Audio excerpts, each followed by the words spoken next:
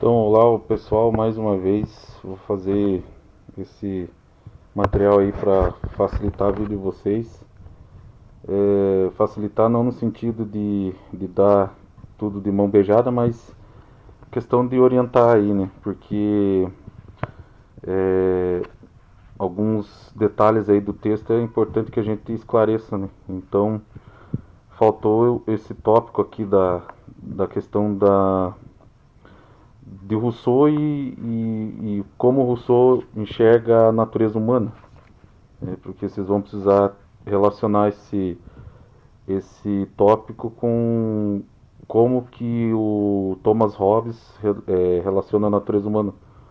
São dois autores que vão ser antagônicos no que eles estão propondo ali, né? O Hobbes, quem já viu os vídeos, vocês vão perceber que o Hobbes ele tem uma visão negativa, né, da natureza humana.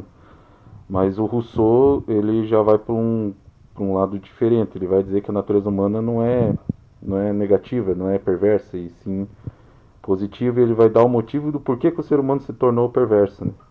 Ele vai dedicar um texto, inclusive, a esse tópico aí, que seria esse texto aqui, ó. Que texto é esse? É Discurso sobre a origem e os fundamentos da desigualdade entre os homens. Foi um texto que ele ganhou um prêmio, acho que na Academia Dinamarquesa. É... O Rousseau ele é um filósofo atribuído aí à tradição francesa, né?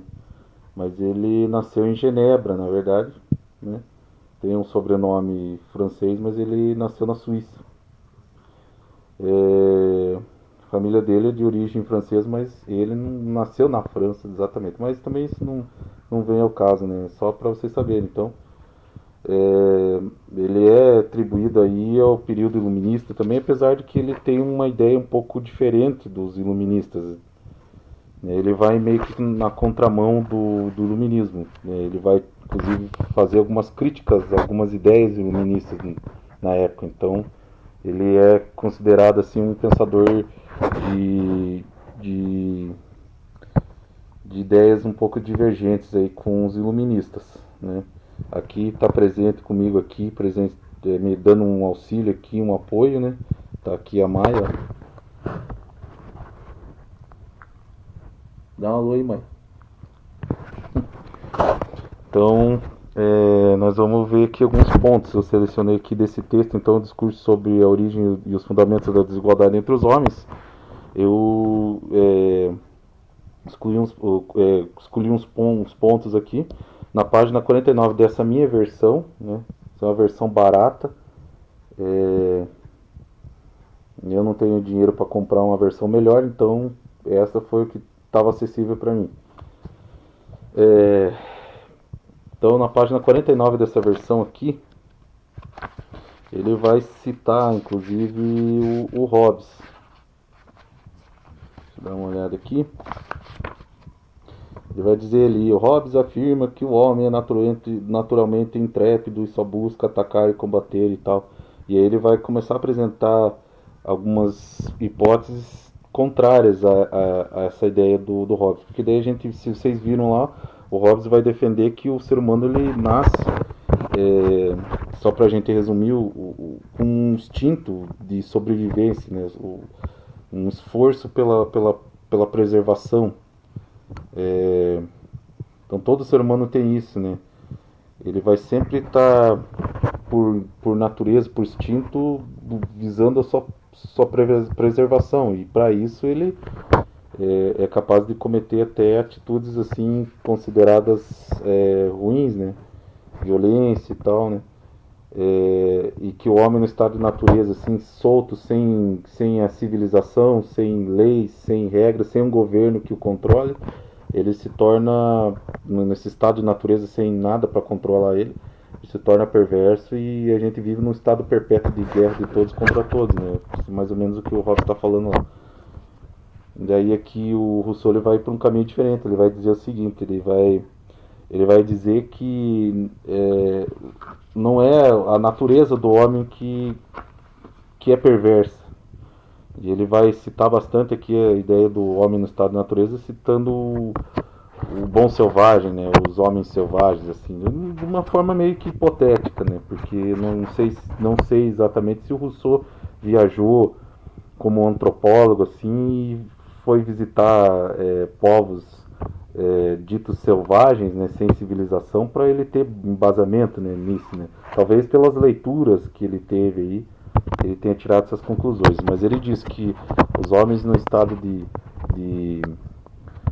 natureza ali, soltos na natureza ali, com o que eles têm, com o que a natureza dá para eles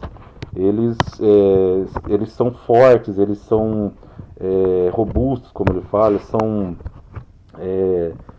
como é que eu posso dizer, eles não têm um interesse violento pelas coisas, porque o que eles visam é enfrentar as adversidades da natureza e se manter vivos ali, e a felicidade deles é justamente buscar o seu sustento ali na natureza, né? Com as suas mãos, né?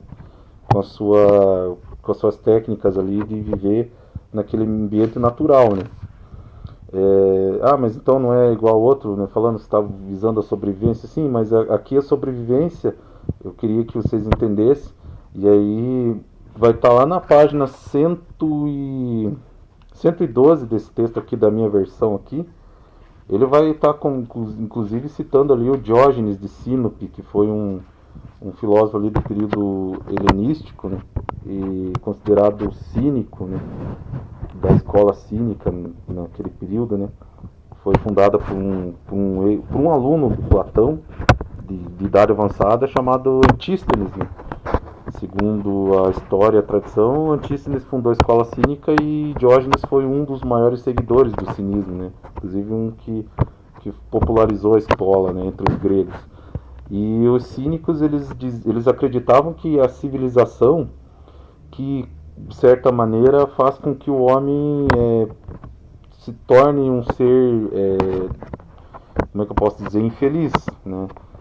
É a vida em civilização que torna o ser humano infeliz, porque ela cria certos tipos de artificialidades que na verdade nós não precisamos.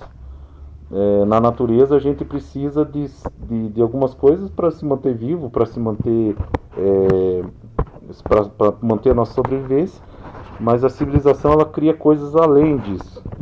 E aí surge então o amor próprio, a vaidade, surge a riqueza, sabe, a busca pela riqueza, a busca pela fama, pela glória, que para os cínicos era uma coisa insignificante, inútil, né? São ilusões que a sociedade prega, dizendo pra gente que isso é a vida, é a felicidade, é a vida feliz, e a gente se dedica a vida inteira para fama, glória, riqueza, e no fim a gente nunca vai encontrar felicidade, porque para os cínicos a felicidade estaria justamente no modelo de vida mais simples possível, mais próximo da natureza. Tanto que o Diógenes tem umas historinhas, né, sobre o Diógenes. Uma delas é que ele só carregava uma cumbuquinha para ele beber água, um cajado para ele andar, né, caminhar.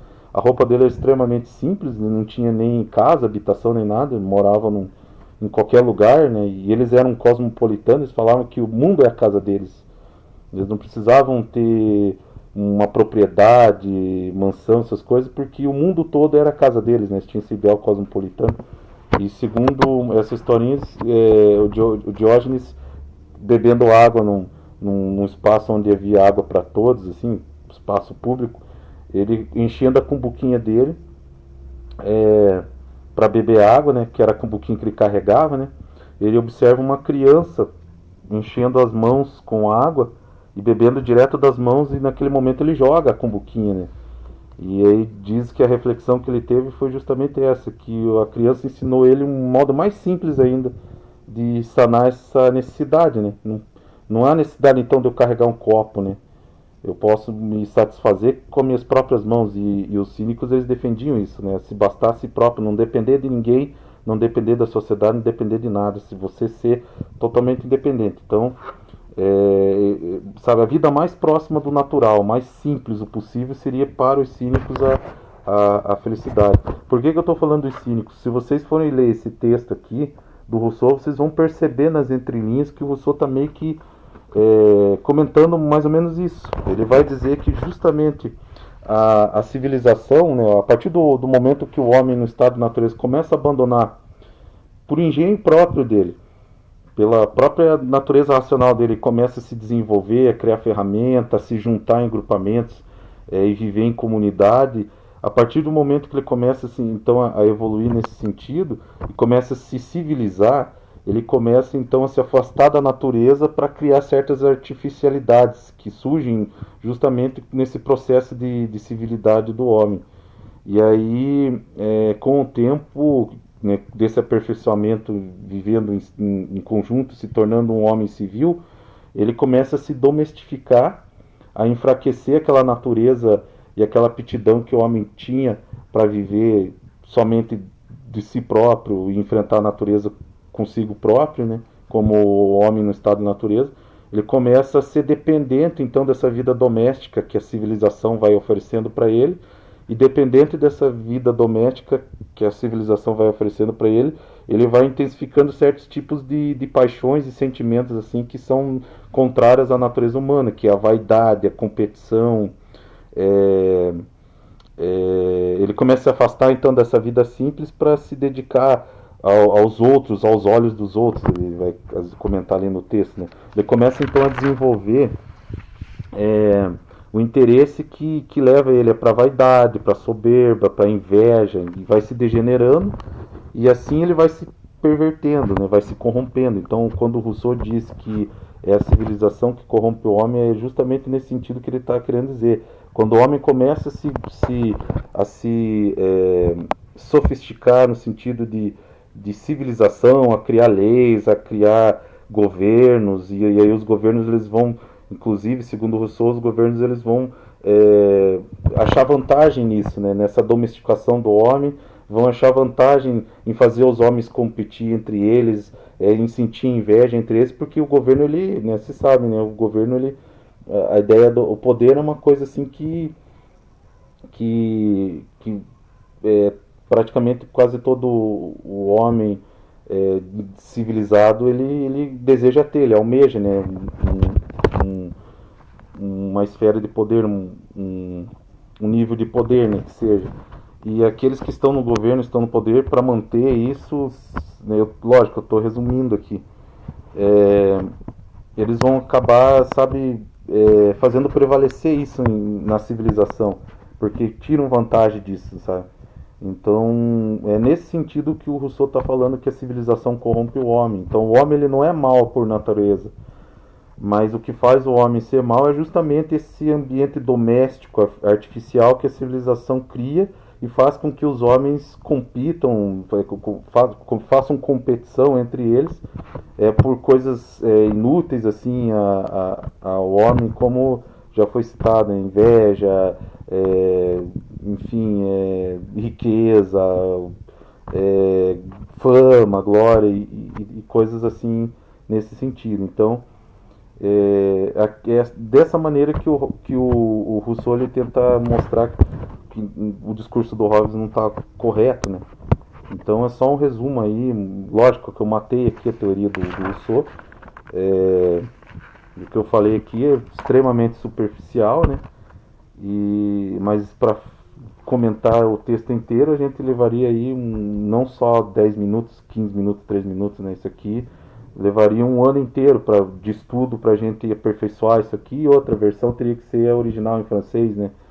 Para a gente estar exatamente tentando entender o que esse autor está falando e também comparar com as outras obras dele. Então, isso é um trabalho já um pouco mais complicado, né? Para o que nós estamos precisando nesse momento, que vocês ainda não tiveram, talvez, né? Ou não tiveram mesmo contato com o texto dele, nem sequer imagino quem tenha sido essa figura. Esse momento aqui é justamente para isso, para a gente esclarecer alguns pontos, para que vocês possam estar dando uma olhada no texto, dar uma pesquisada em outras ferramentas aí, para vocês poderem estar incorporando isso no trabalho de vocês lá.